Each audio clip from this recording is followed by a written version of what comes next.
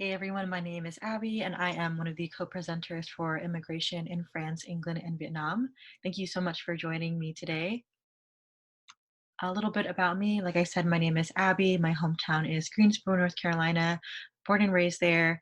I am currently a senior human development and family studies major with a minor in Asian studies.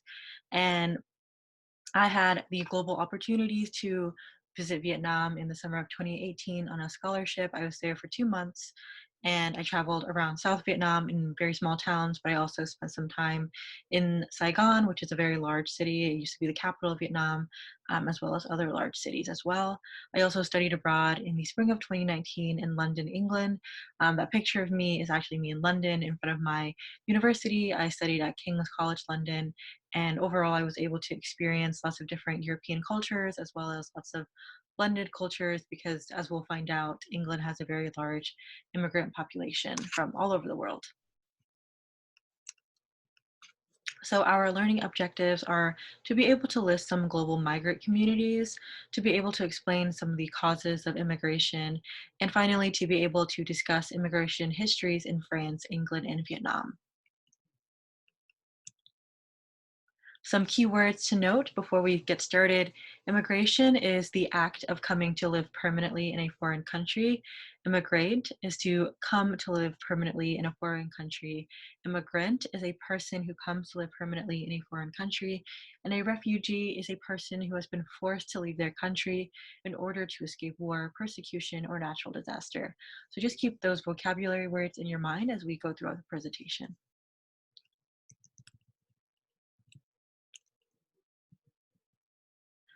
So transitioning into England, where is England exactly? As you can see, it is a very small island nation here in Europe, and England is often associated with the United Kingdom, the British Isles, Great Britain. All of those are correct associations. It is important to note, though, that Great Britain, UK, British Isles aren't just England, and England is just one of those countries that are included with Wales, Northern Ireland, so not Ireland, and Scotland. Throughout this presentation, I may be interchangeably using England or the UK, but just know that if I'm talking about England, I'm talking specifically about the country of England, whereas if I'm talking about the UK, I'm talking about England as well as the other countries that I mentioned.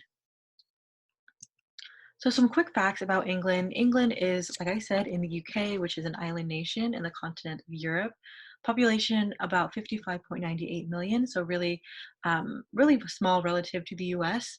The official language, of course, is English, and the capital is London. And here are just some images that you might associate with England. Obviously, we have the capital London, the iconic Big Ben, and the red double-decker buses. I spent a lot of time riding those buses and really, again, enjoyed my experience there. I also got to visit Stonehenge. Now, this isn't my image, but it is just a Google image of Stonehenge, just one of the many things that you will find in England that are historically and culturally significant. And then pop culture wise, you might have heard of the royal family or Meghan Markle, Kate Middleton, the Queen in the news. That's just a picture of who they are. And then, of course, we have the Beatles as well as other popular bands and stories like Harry Potter that have are popular worldwide that are originated in England. So specifically looking at migration in the UK, as you can see, it has risen over time since 2004, and then this stops at 2018. It is important to note that migration in the UK has had a very long history. Throughout centuries of time, the UK has seen immigration in the medieval times, as well as in the era of Vikings. We saw the UK saw Vikings immigrate to their country, and throughout history that we have seen that. So specifically looking at more recent history, the migrant population makes up a quite significant chunk of the overall population. And so in 2004, that was 5 million. In 2018, that's rising up to 9 million. And it probably has risen since then, ever so slightly. But another important thing to note from this chart is that a large chunk of the population are coming from non-European Union countries. So Gianna in her presentation explained a little bit about the European Union, otherwise known as the EU. This is just other European nations like Italy and France and Spain. Those are members of the EU. And so those are some of the countries that are immigrating to the UK. However, there are also folks from other parts of the world immigrating to the UK.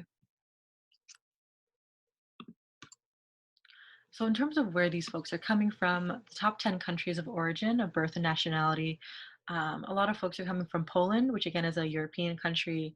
A lot of folks are also coming from Romania and Ireland and Germany and Italy, which again are all European countries, Portugal as well. They're also coming from parts of Asia, specifically India, Pakistan, Bangladesh, which are we call South Asia, and they're also coming from China and other parts of Asia as well that aren't on this chart. They're also coming from South Africa, other parts of Africa as well as the Caribbean.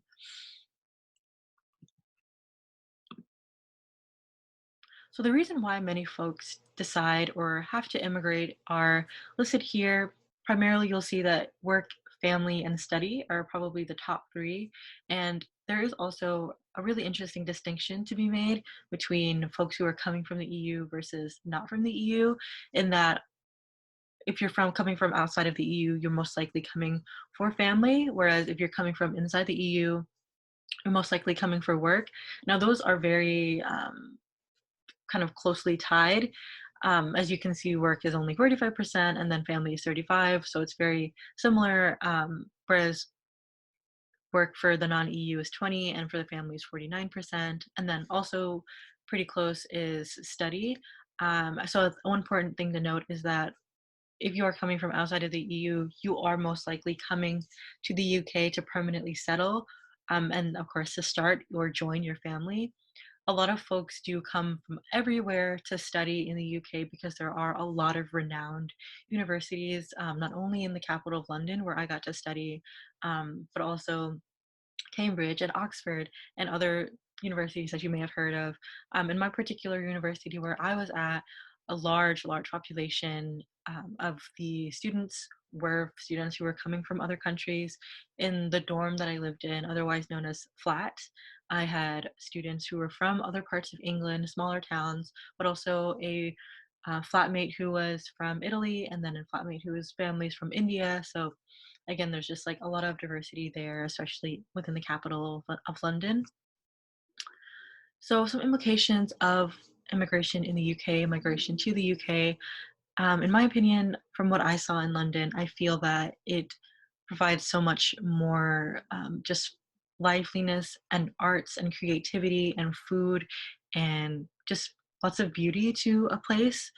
So specifically talking about London, if you see in these images, I just pulled these images from Google, and these are some of my favorite places that I visited in London. So we have Brixton and Chinatown, and the subtle South Asian kind of unofficial district of London. Um, and again, these are places where folks tended to start and manage businesses that are kind of encompassing of whatever culture they are bringing to the UK. So in Brixton, there were a lot of African and Caribbean, and some even Latin American cultures. So you can kind of see it in the flags. You can kind of tell there are, handmade baskets from imported from those countries. There are textiles and lots of different things. People also set up restaurants there. So again, like lots of really good food coming from other parts of the world.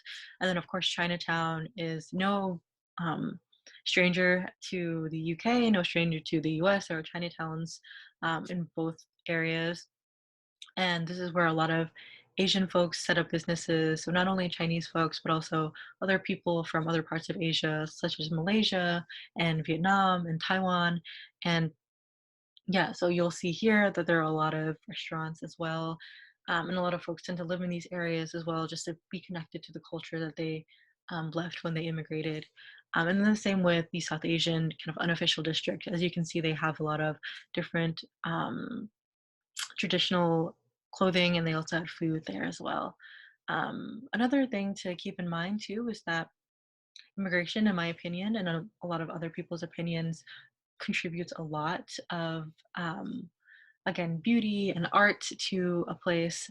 But according to this public survey, a lot of folks don't think the same. So a lot of people do think that immigration should remain the same as it is in Britain, but a lot of folks did too think that it should be either reduced a lot or a little bit. So they either wanted less immigrants or they wanted none at all.